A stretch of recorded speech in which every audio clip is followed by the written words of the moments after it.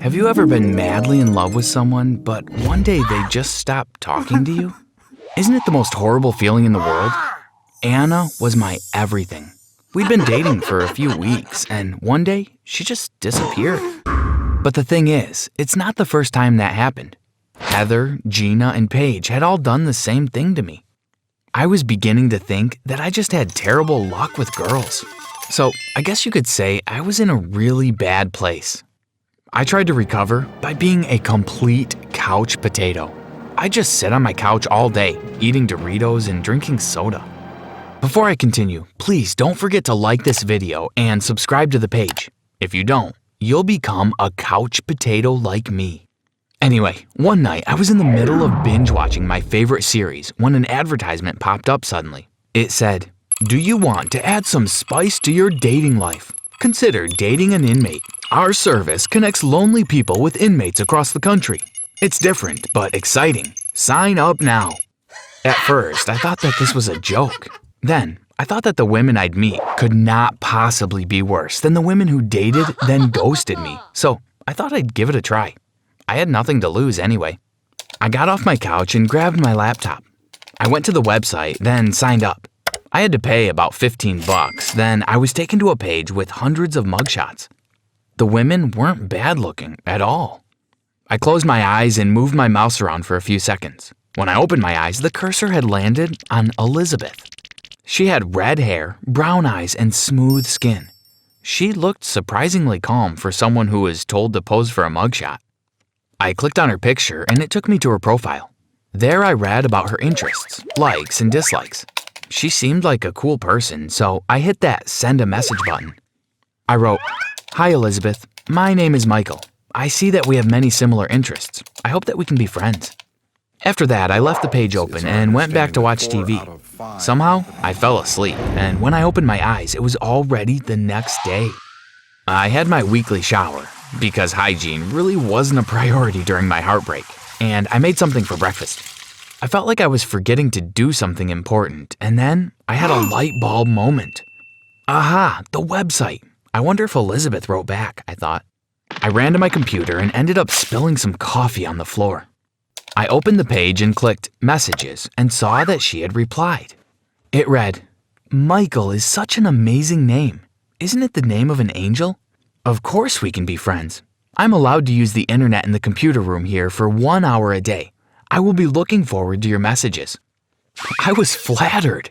In retrospect, maybe I shouldn't have been. I immediately replied and went back to the couch to watch TV.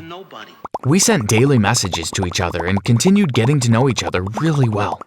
She told me everything about her prison life. She shared a room with a bossy girl named Linda, but she wasn't afraid because the dominant gang in the prison had vowed to protect her.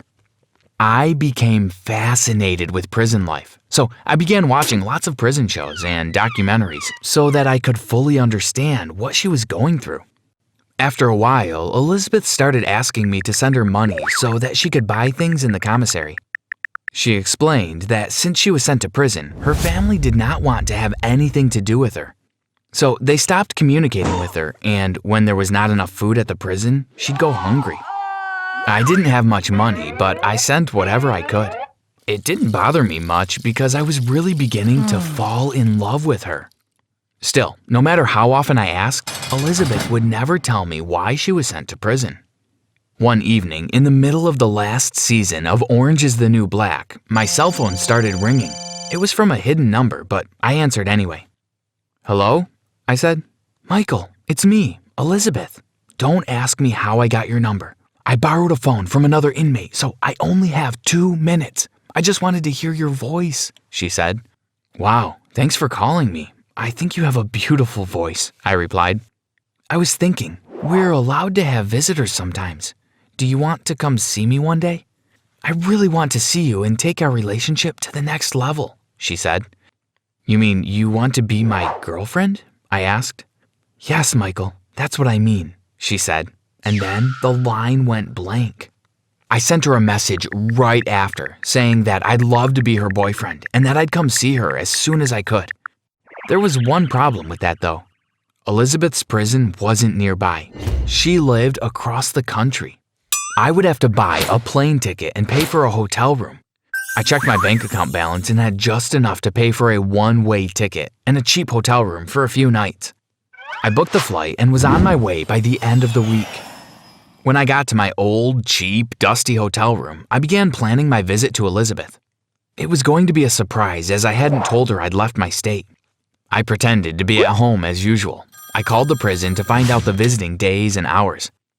I'd have to wait 2 days, but I decided that my new girlfriend was worth it.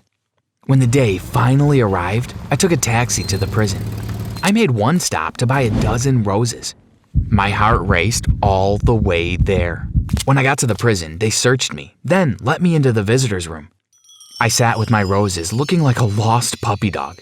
Then I saw her. The most beautiful woman in the world, dressed in the most splendid shade of orange. I stood up and reached to hug her.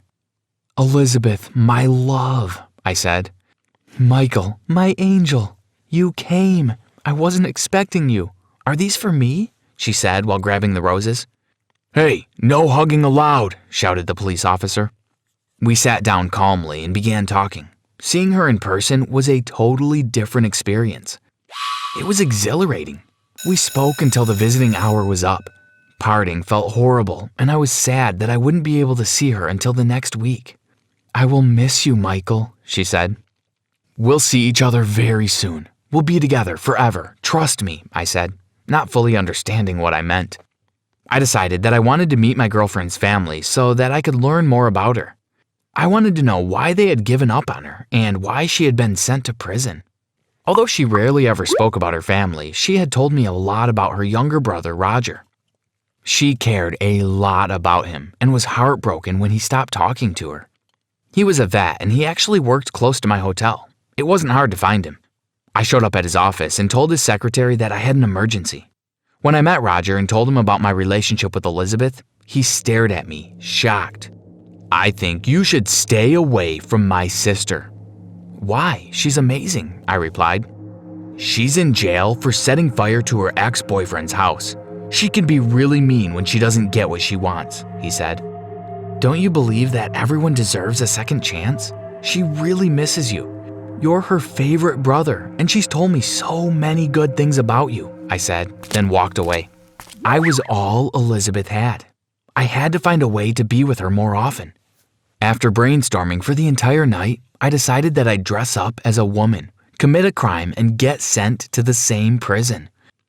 I thought of stealing from a store, but in the end, I decided that I'd vandalize Roger's building because he was so mean to his sister. I went to the mall and bought a dress, a wig, high heels, and some makeup.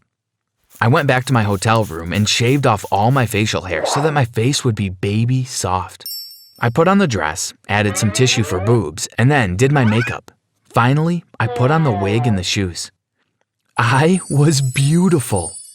I got a bag and went outside to pick up some rocks. When it was full, I walked over to Roger's office and began throwing them at the glass windows inside.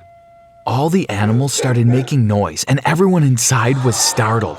In no time, the police arrived and I was handcuffed and taken to prison. I refused to say a word because my voice was so deep that they'd instantly know I was a man. Surprisingly, I wasn't searched. They simply gave me my prison uniform and stepped out of the room so I could change. After I had changed, they took my mugshot and took me inside. I looked all around for Elizabeth, but I didn't find her. I was taken to a room with a huge, mean-looking lady who looked like she was probably in there for squeezing somebody's brains out. Gosh, she could be a sumo wrestler. I don't want to get on her bad side, I thought. "Hey, cutie, what are you in for?" she said, but I couldn't say a word. That night at dinner, all the inmates were in the cafeteria eating. I looked all around for my girlfriend, but it was difficult to spot her because everyone was wearing the same thing. I finally spotted her about 10 tables away. I got up instantly and went over. "Elizabeth," I whispered. Yeah?" she said while looking at me strangely. I realized it was because of my disguise. "It's me, Michael," I whispered. "Oh my God, how did you get in here?" She made space so I could sit next to her. I whispered the whole story and she looked at me, bewildered. Later, she managed to bribe a warden to let us share a room. It seemed that she had a good bit of power in there. I was in heaven. Well, you know, minus the whole prison situation. When the lights went out, we'd cuddle together and tell each other stories all night. For a few weeks, this was the happiest relationship I ever had in my life. I thought everything was going perfectly until I noticed that Elizabeth was spending more and more time in the computer room. I wondered what she could have possibly been up to since, in the past, she only used to go in there for me. When I couldn't take it anymore, I decided to question her about it. "What are you always going to the computer room for these days?" "Well, I believe in honesty, so I'll be straightforward. I've started online dating again," she replied. "What?" I said, shocked and heartbroken. "Why?"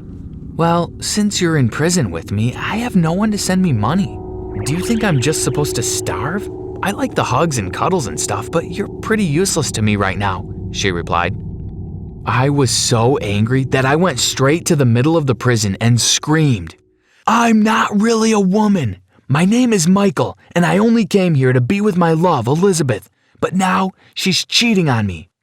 I threw off my wig. Everyone gasped. "Prison guards, I'm ready to go home. Please, let me out," I said while they surrounded me. "Well, Michael, pretending to be a girl to get into an all-girls prison is actually a crime. You're being sent straight to a men's prison," replied one of the wardens while the others laughed. "Oh, the silly things people do for love," one of the inmates sighed. And yes, indeed, it was one of the silliest things I'd ever done for love. I'm still in prison right now, but when I get out, I'm staying far away from women.